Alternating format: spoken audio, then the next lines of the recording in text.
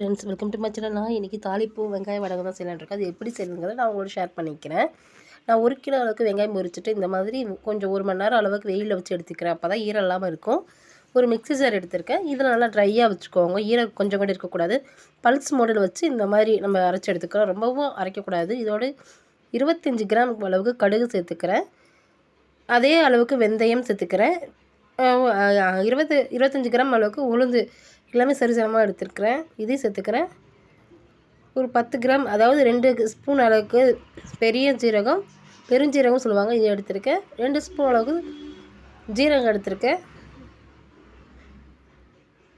இதுக்கு உங்களுக்கு கொஞ்சம் ஜாஸ்தியாகவும் வேணும், இல்லை கம்மியாக வேணும் சேர்த்துக்கலாம். நான் 10 பல் பூண்டு சேர்த்துருக்கேன்.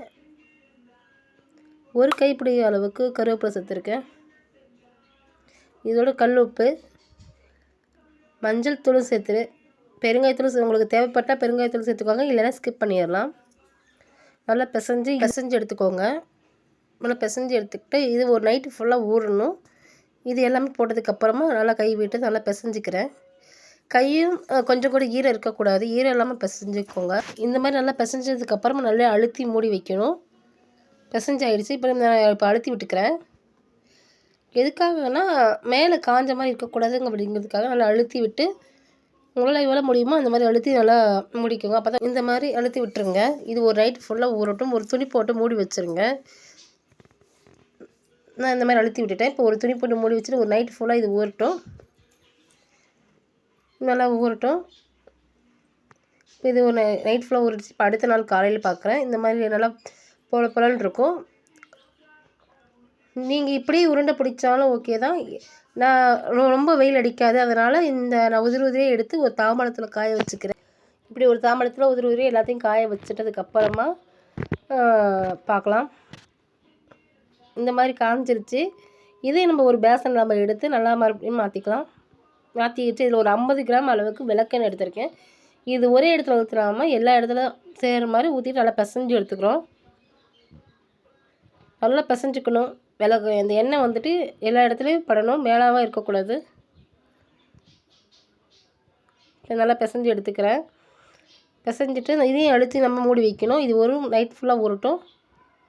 காலையில் பார்க்கலாம்.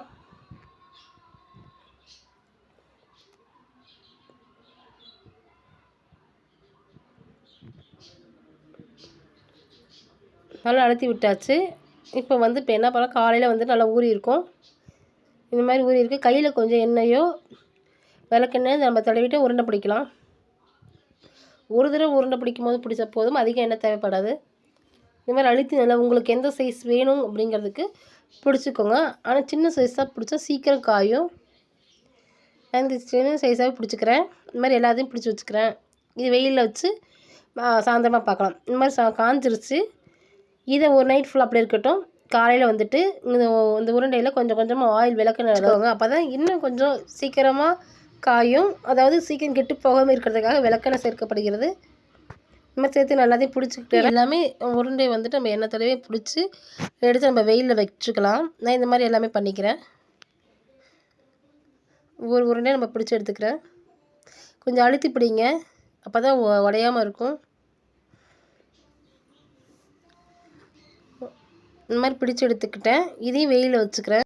இந்த மாதிரி பிடிச்சி நம்ம வெயிலில் வச்சு எடுக்கும் போது கலர் மாறும். நீங்கள் அப்படியும் நமக்கு தெரியல அப்படிங்கிறப்போ இதிலேருந்து நம்ம உளுத்தம் பருப்பையோ வெந்தயத்தையும் எடுத்து வாயில் போட்டால் கிறிஸ்பியாக இருக்கிற மாதிரி இருக்கும். அப்போ அது தெரிஞ்சிடும். நம்ம இப்போ வெங்காயம் வடகம் தாளிப்பு வெங்காயம் வடகம் ரெடி ஆகிடுச்சு. இந்த வீடியோ பிடிச்சிருக்குன்னு நினைக்கிறேன்.